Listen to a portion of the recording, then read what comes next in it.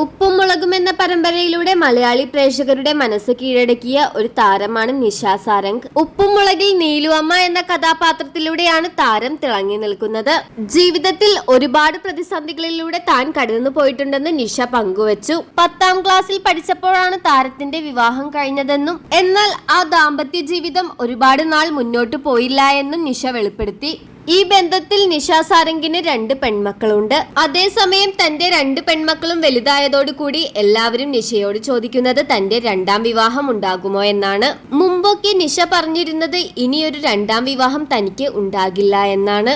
എന്നാൽ ഇപ്പോഴിതാ ജീവിതത്തിൽ ഒരു പങ്കാളി വേണമെന്ന ആഗ്രഹം പങ്കുവച്ചിരിക്കുകയാണ് നിഷ. ഒരു യൂട്യൂബ് ചാനലിന് നൽകിയ അഭിമുഖത്തിലാണ് താരത്തിന്റെ പ്രതികരണം. ജീവിതത്തിൽ ഒരാളും കൂടി വേണമെന്ന ആഗ്രഹം ഇപ്പോൾ തോന്നി തുടങ്ങിയിട്ടുണ്ട്. കുട്ടികൾ വലുതായി കഴിയുമ്പോൾ അവർ നമ്മുടെ കാറ്റഗറിയല്ല. നമ്മൾ പറയുന്ന കാര്യം അവർക്ക് മനസ്സിലാകണമെന്നില്ല, നമ്മളെ അംഗീകരിക്കണമെന്നുമില്ല. അപ്പോൾ നമുക്ക് പറയാം